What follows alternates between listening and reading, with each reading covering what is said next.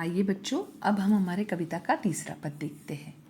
न फुलझड़ियाँ चमकाओ, न फोड़ो पटाखे, भोजन नहीं जिनके दे आओ जाके, उनके जख्मों पर मलहम तो लगाओ, अपने दिलों का दीप तो जलाओ। न फुलझड़ियाँ चमकाओ, न फोड़ो पटाखे। फुलझड़िया ये फुलझड़ी का बहुवचन है। पटाखे ये पटाखा का बहुवचन है। भोजन का समानार्थी शब्द है खाना। उनके जख्मों पर मलहम तो लगाओ। जख्म का अर्थ है घाव। इस पद में कवि हमें कहना चाहते हैं कि जब भी दिवाली आती है तो हम बहुत सारे पटाखे अपने घर में लाते हैं, फुलझड़ियाँ लाते हैं, कपड़े लेते हैं नए नए, मिठाइयाँ लाते हैं। जैसे ही हमारी परीक्षा खत्म होती है हम इस तैयारी को लग जाते हैं और हमारे पिता या माता के साथ जाकर बाजार से ये पटाखे फुलझड़ियाँ सब कुछ खरीद कर लाते हैं, नए कपड़े लेते हैं। पर कवि कहते हैं कि उसमें पैसा खर्च न करके वही पैसे का सदुपयोग ऐसे लोगों के भोजन के लिए करना चाहिए जिन्हें उसकी आवश्यकता है। सचमुच हमारे समाज में जो दीन दुखी और बेसहारा लोग हैं उन्हें सहायता की आवश्यकता है। ऐसे लोगों को सहायता करो। ऐसे लोगों के जख्मों पर तुम अपनी सांत्वना का मलहम लगाओ। सांत्वना का मलहम लगाने का अर्थ क्या है बच्चों? कि वहाँ जाकर सिर्फ उनके पास बैठकर उनका हाल चाल पूछना, हाँ तुम कैसे हो, क्या हो, सिर्फ यही नहीं बल्कि उनका हाल चाल पूछकर अगर तुम्हारी तरफ से कुछ हो सके तो उन्हें तुम मदद करो। और ऐसा ही दीप अपने मन में जलाओ जो दूसरों के मदद के लिए प्रेरित करे। हो सकता है कभी कभी अपना एक आध दोस्त भी ऐसा रहता है हमारे कक्षा में जो कि थोड़ा सा गरीब है, उसके पास पैसे नहीं हैं।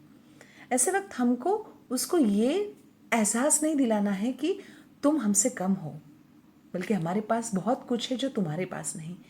पर हमें ऐसा करना चाहिए कि सब दोस्त मिलकर हमको उसकी मदद करनी चाहिए। यदि कोई किताबें कॉपी उसके पास लेने के लिए पैसे नहीं हैं तो ऐसे वक्त हमको उसकी सहायता करनी चाहिए, उसकी मदद करनी चाहिए। आइए हमारे कविता का चौथा पद देखते हैं बच्चों। जला दीप तुमने अंधेरा मिटाया, जला दीप तुमने अंधेरा मिटाया, पर क्या किसी भूखे को भोजन कराया, उजालों की चाहत कभी नहीं जिनकी, उजाले की चाहत कभी न रही जिनकी, रोटी तुम उनको जाकर खिलाओ। इस पद में कवि ये कहते हैं कि तुम तुम्हारे घर में असंख्य दीप जलाते हो ना।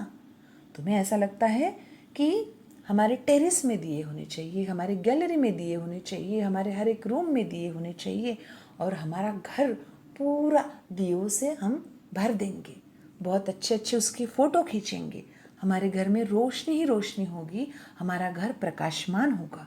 असंख्य दीप जलाकर तुम अपने घर का अंधेरा दूर कर सकते हो, करते हो ना। लेकिन क्या कभी किसी भूखे को भोजन करा सकते हो? कभी जाकर किसी भूखे को भोजन करा सकते हो? नहीं। कवि कहते हैं कभी तुम्हारे मन में किसी भूखे को भोजन करने का ख्याल आया है? नहीं। इंसान सिर्फ खुद के बारे में सोचता है, मुझे मिला बस, मेरे लिए इतना सीमित है, मैं किसी और के बारे में क्यों सोचूं? पर यही सोच जो हमारी संकुचित सोच है, उस सोच को हमें दूर करके हमें दूसरों की सहायता करनी चाहिए। जिनको मदद की आवश्यकता है उनको मदद करनी चाहिए। ऐसे लोगों की मदद करो जिनके मन में कभी भी कोई उजाले की चाहत नहीं रही है। जो गरीब होते हैं वो अपने झोपड़े में रहते हैं, देखते हैं वो अमीर लोगों की तरफ, अपने हम उम्र के बच्चों की तरफ सोचते हैं, लगता है उन्हें, पर कभी उनकी चाहत नहीं होती है, क्योंकि उन्हें पता होता है कि मैं चाहत अगर मेरी रही तो भी मेरी ये इच्छा है, मेरे मम्मी पापा जो है, मेरे माता पिता जो है, वो पूर्ण नहीं कर सकते हैं, है ना। इसलिए उनके मन में ये चाहत नहीं रही है।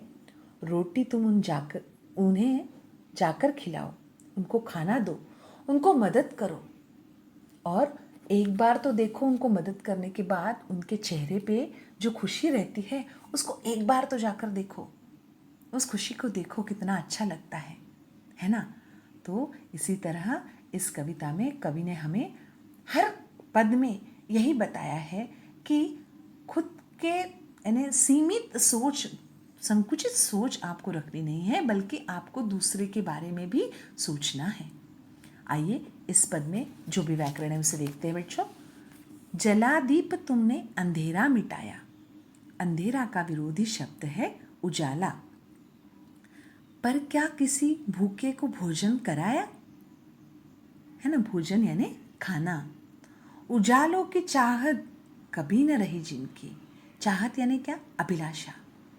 चाहत का अर्थ है अभिलाषा, है ना। बहुत बार हमारे मन में बहुत ख्याल आते हैं, चाहत रहती है हमारी। हम मम्मी को ये बोलते हैं कि मैं इस साल बहुत अच्छी पढ़ाई करूँगी माँ, लेकिन तुम मुझे ये दिलाओगे, अच्छी घड़ी दिलाओगे, अच्छे कपड़े दिलाओगे। यानी एक ये चाहत रहती है, और हम हमारे माता पिता के साथ पास उस चाहत को व्यक्त करते हैं। तो चाहत का अर्थ है अभिलाषा। बच्चों, कविता के उर्वरित 2 पदों का अभ्यास हम अगले सप्ताह में करेंगे। धन्यवाद।